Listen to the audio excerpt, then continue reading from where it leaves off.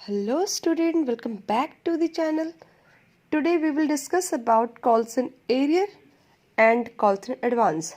देखो, जिन बच्चों ने शेयर वाला इशू ऑफ शेयर्स चैप्टर किया है उनको ये टॉपिक बहुत इजीली समझ में आने वाला है, और अगर आपको थोड़ा बहुत भी पता है तब भी आपको समझ में आ जाएगा। तो मैं बात कर रही हूँ कॉल्स इन एरियर की। एरियर होता है कि जो आपने ड्यू किया था, आपकी कंपनी ने ड्यू किया बट आपको टाइम पे पैसा नहीं मिला, यानी कि सम शेयर होल्डर फेल टू पे the amount of allotment when it becomes due. अब ड्यू क्या होता है? ड्यू मीन्स होता है जब कंपनी ने पैसा मंगाना चाहा। तो जैसे आपको सबको पता है कि फर्स्ट एप्लीकेशन होता है, then allotment, then first and next second होता है। तो एप्लीकेशन की 2 एंट्री, अलॉटमेंट की 2 एंट्री, फर्स्ट कॉल की 2 एंट्री एंड सेकंड कॉल की भी 2 एंट्री। तो एक एंट्री होती है ड्यू की और दूसरी होती है अमाउंट रिसीव्ड होने की। हर किसी में ड्यू की और रिसीव्ड, ठीक है। तो यहाँ पर मैं ड्यू की एंट्री की बात नहीं कर रही हूँ, मैं कर रही हूँ बैंक की एंट्री जब आपको पैसा मिलता है, क्योंकि एक्चुअल में कॉल्स इन एरियर पैसा नहीं आया इसकी जानकारी आपको इसी एंट्री में होती है। तो याद रखना बच्चों, कॉल्स इन एरियर और कॉल्स इन एडवांस हमेशा बैंक की एंट्री में आप करोगे।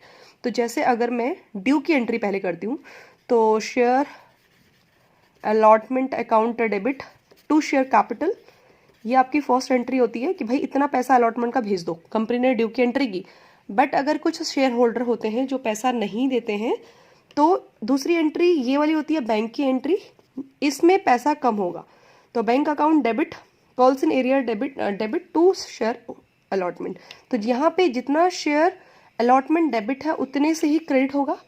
देन इसमें से जैसे मान लो 1 लाख रुपए आपने कंपनी ने शेयर होल्डर से मंगाए और उस 1 लाख में से 90,000 मिल गए और 10,000 नहीं मिला, तो हम बैंक में लिखेंगे 90,000 और कॉल्स इन एरियर में लिखेंगे 10,000।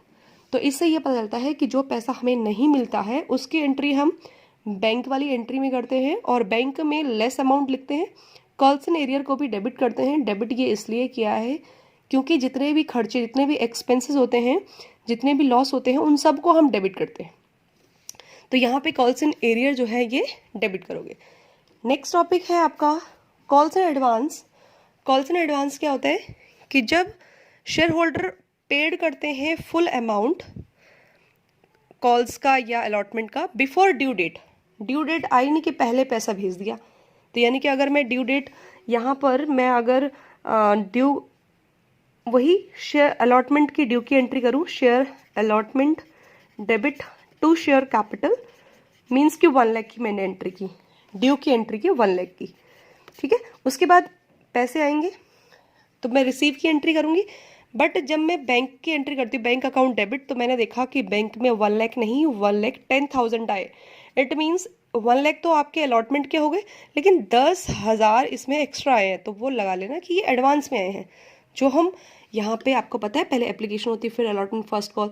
तो बेसिकली हम इस वाली एंट्री भी थे, हमने ड्यू किया, पैसा मंगाया, बट लोगों ने यहाँ का पैसा यहाँ भेज दिया, तो ये एडवांस होता है।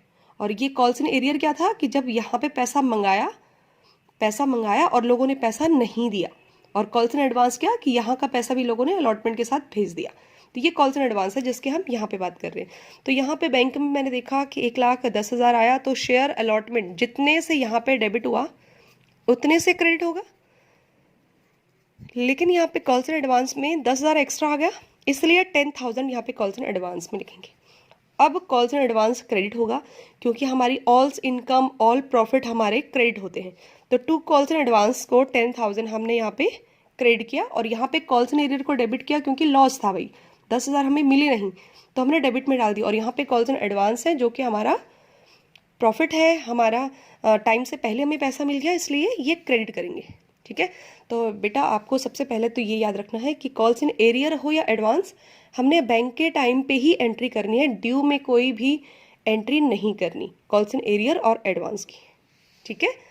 तो इसी तरह की इंफॉर्मेटिव वीडियो के लिए do like and subscribe. Thank you for